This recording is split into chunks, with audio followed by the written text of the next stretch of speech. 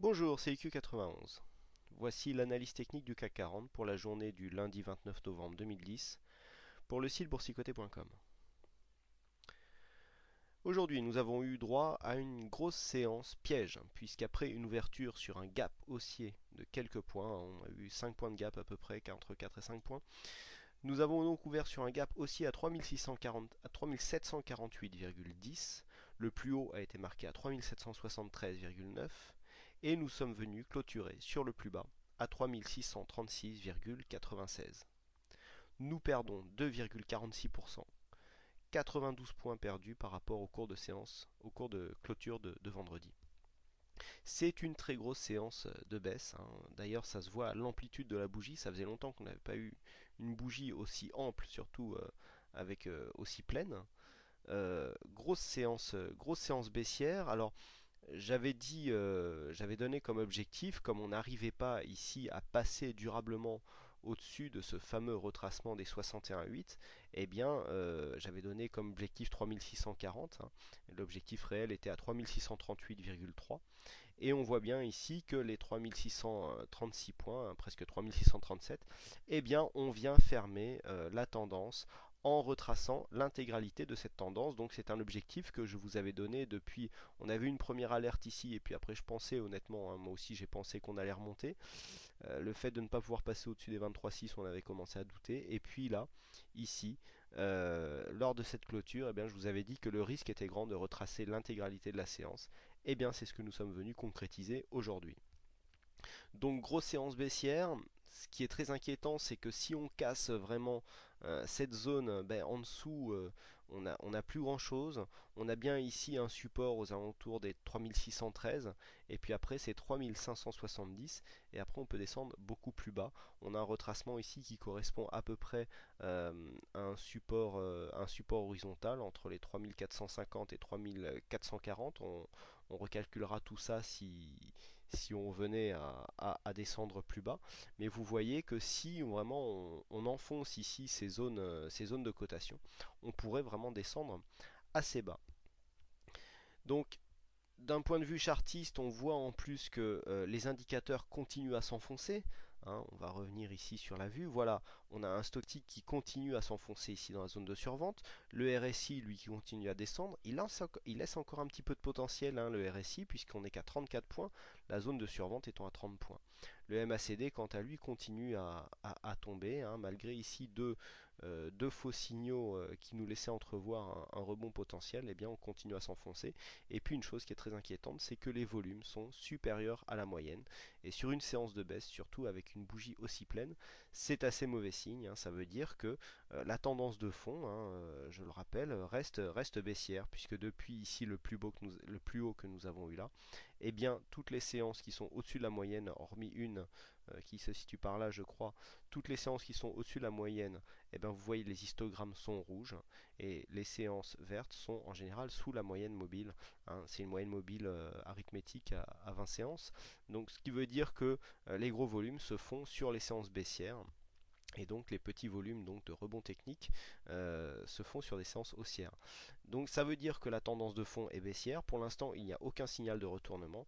On a une volatilité qui monte, des volumes qui montent aussi, et les indicateurs qui s'enfoncent dans le rouge. Vraiment, pour l'instant, on ne voit pas qu'est-ce qui pourrait arrêter la tendance. On a retracé l'intégralité de la précédente jambe haussière. Il faut voir maintenant si ces zones de cotation vont nous permettre de rebondir ou pas. A priori, vu les cotations futures que nous avons à l'heure où je vous parle, c'est bien mal parti. Donc pour l'instant, on continue dans la baisse. Donc on peut s'attendre à une baisse encore, hein, aller tester les 3610 points. Au niveau des signaux, eh bien, nous avons eu un signal qui s'est déclenché aujourd'hui, hein, suite à l'échec que nous avons eu vendredi ici de la cassure des 3690 points.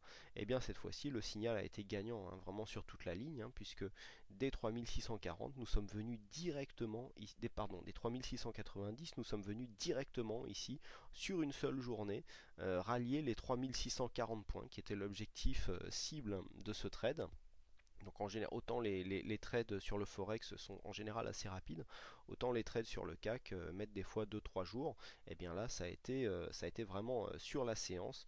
On a rallié assez vite. Bon, c'était un petit peu anticipé hein, qu'on descende assez rapidement si des fois ça cassait, mais aussi vite et dans de tels volumes quand même, je ne m'y attendais pas. Mais bon, voilà, tout arrive.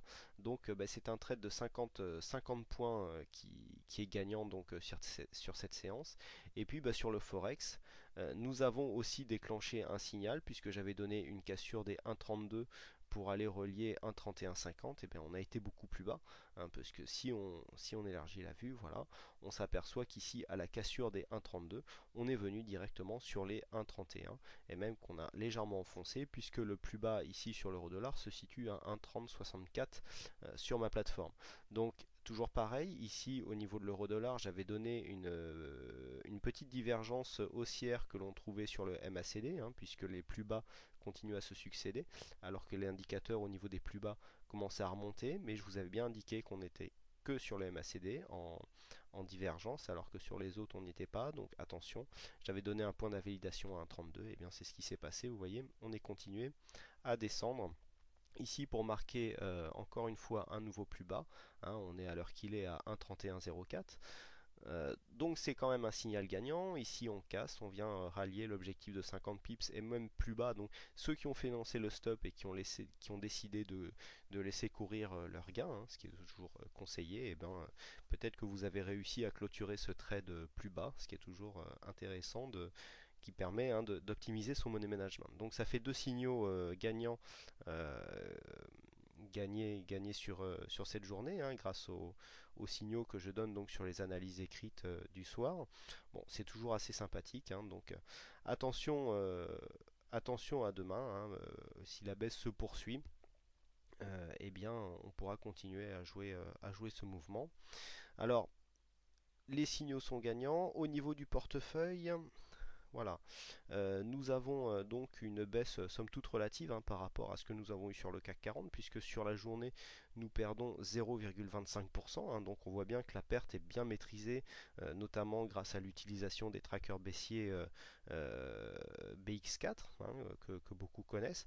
Alors je voulais revenir sur un point clé de cette stratégie en vous montrant par exemple les mouvements que j'ai initiés hier soir. Donc il y a eu un achat sur le grand couvert par des BX4 donc sur la moitié de la position. Comme les BX4 ont un levier approximatif de 2, vous voyez que j'ai couvert à moitié, j'ai acheté pour 1750 de BX4 et donc sur 3500 de Legrand. Et bien en fait quand on regarde, à partir du moment où Legrand a eu une perte plus faible que le CAC 40, nous perdons 71 euros ici sur cette position. Par contre, les positions ici de BX4, 55 plus 41, nous donnent 96 euros de gain, frais de courtage compris. Donc on voit ici pourquoi en fait il est bon de couvrir avec du BX4 en ayant des actions qui surperforment. Alors toutes n'ont pas surperformé aujourd'hui, on a Valeo qui a pris un gadin, mais par rapport dans sa globalité, bah, le portefeuille reste positif avec une perte bien maîtrisée. Sur la longueur, on est à 2,90% et demain je vous ferai un récapitulatif du mois hein, pour regarder où en est le portefeuille. Et ben vous verrez qu'on a bien surperformé le CAC 40 puisque même si on regarde ne serait-ce qu'aujourd'hui, et bien sur un mois, on voit ici, bon ça c'est le classement d'IQ91, voilà, il a fait 2,19, le CAC a fait moins 4,77, donc on a bien surperformé, hein, puisqu'on est à presque 7 points de surperformance par rapport au CAC, hein, c'est énorme sur un mois, hein, on ne fera pas ça tous les mois, mais bon, bah là faut pas s'en priver. Vous voyez les 100 meilleurs ont fait moins 1,3, et donc la moyenne des membres Bourse Match ont fait moins 2,7 sur le mois. Donc là, la surperformance est bonne. On fera un point plus précis demain pour clôturer le mois sur ce portefeuille. Mais on voit que le fait d'avoir des produits qui vont pas tous dans le même sens, eh bien s'ils sont bien utilisés, peut s'avérer payant. Voilà ce que l'on pouvait dire pour cette analyse. Donc les points clés pour demain, hein, 3610 points.